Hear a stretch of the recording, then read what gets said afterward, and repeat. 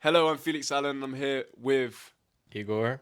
And I'm Peter. How are you guys doing? Tired. Tired. Exhausted. Oh God. No, feeling good though. That's good. Yeah. We run a clothing brand, Protect LDN on socials. We've been running it together for 3 years. Where did the name Protect originate from? It was just an inside joke. Let us in the inside joke, man. There's some things that just need to stay secret for a long time. Okay. And that's one of those things. Just became like a thing we used. Like a tag. It was just like our thing. When we actually finally decided to start the brand, we already knew it would be called that. What age did you want to start a clothing brand? Back when we were 16, but we decided to take our time. We didn't want to rush it, and we also didn't have the funds to start it. Peter was at the time learning how to use Photoshop and everything, which ended up being really useful, obviously. And we started at 19 or 18. So it really took a few years before we started, really. Yeah. You guys said that you put £2,000 each. Is that correct? Yeah. Yeah, we started with that money because that's just what we had. I think it can be useful to start with more, and I think it's possible to start with less. You guys haven't always been based in London. Where did you guys come from? We went to high school together in Portugal. That's where we met. There weren't many people that were like interested in what we were interested in. I think that's how we kind of became friends. Pair of CZG Converse with the heart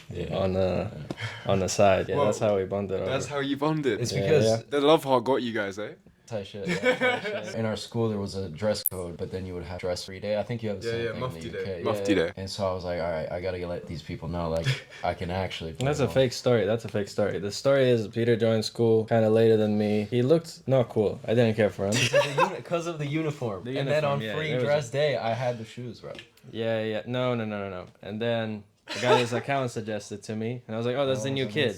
And I checked the new kid, and the dude has a picture sitting on some bus stop, like some edgy stuff, with the Converse shoes, and those Converse shoes at the time was such a grail, I think. And I didn't know anyone who had them because Portugal was just not tapped in like that. And so you were like, that has to be my That's friend. true. I've got to be Gotta friends with him. make friends with him. Gotta try those shoes on. Maybe he has other pieces too. When we were last together at your shoot, you were speaking to someone and giving them advice, and you said that you guys had premeditated almost the fact that you were going to channel into social media, use the community you have grown to then transfer it into the clothing brand. Yeah. What was the thought process behind that? We started social media, and the end goal was not being an influencer. We knew that if you have an audience, then it'll be way easier to start your brand because you already have people that are tapped into what you do and Right. how you dress. I mean, I started TikTok during COVID, and at the time, I feel like it was really, really corny in a sense that no one really did it at the time. So it was a brand new platform, especially in Portugal. And I started making fashion content. It and, gives you a yeah. huge stool at the beginning. I mean, I think our first drop we had 5K, 6K followers already. Yeah. And that was before the first drop, and that was just people that came over from our personal profiles. And then on top of that, we could also sort of tease the drop and hype the drop up with our personal profiles. So instead of just having an account with 0 followers, and then also you're pushing from that account, you're bringing all your traffic to that account, and you're pushing it on the accounts that already have traction, already have followers and stuff. How important is a personal brand in creating any kind of brand nowadays, would you think? I think it's great. I do think it's hard to balance work and then posting on socials. I feel like everyone struggles with that. At the same time, we have our Protect show. We don't post that much, but we try our best. It gives a real insight of who you guys are, what you guys do.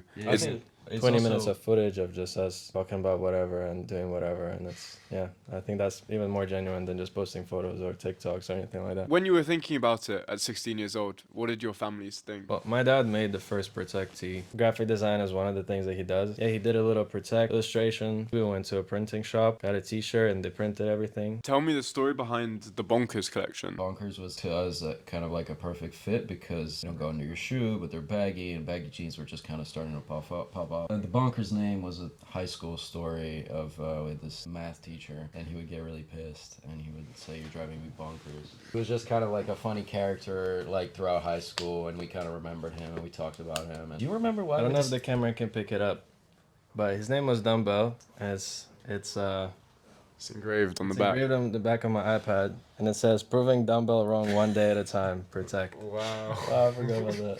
Yeah, his name was Mr. Dumbbell. Yeah. So you have to start fresh. What's the first move you're doing? You got no social media, or you're starting a clothing brand, of course. I went to a fashion uni. What I noticed many people do is that they are really creative, but they cannot market themselves. There's so many talented people, but I think they just don't push themselves out there, and so no one really knows about their talent. So I think it is important to do your socials, push yourself out there. How would you attack your socials if you were starting fresh right now? I don't think there's always a formula. Even on our socials, it's not like every video blows up. I think it's a matter of trial and error and testing. Socials is way more saturated than it was 3 years ago, and that's completely true. But I think you need to find like a niche probably at first. Find what works within that niche and then grow it. If I was really locked in on socials, what I would do is you try to come up with something in your head and then you just film it, rather than just looking at trends and then film those. Because I feel like if you come up with something random and then you just film it, it will do well because it's a brand new idea. What's the future plans for Protect? I think we're gonna keep doing what we've been doing, which is making stuff we like to make. We want to build a team, but more so like a system that works within itself and everyone's happy and it's just a good work environment. What we want to do is we want to target more countries. Our biggest market is UK. We would love to also have more customers in Europe, but another thing is just Expanding the product range, but it's also really useful for us to experiment. You get to see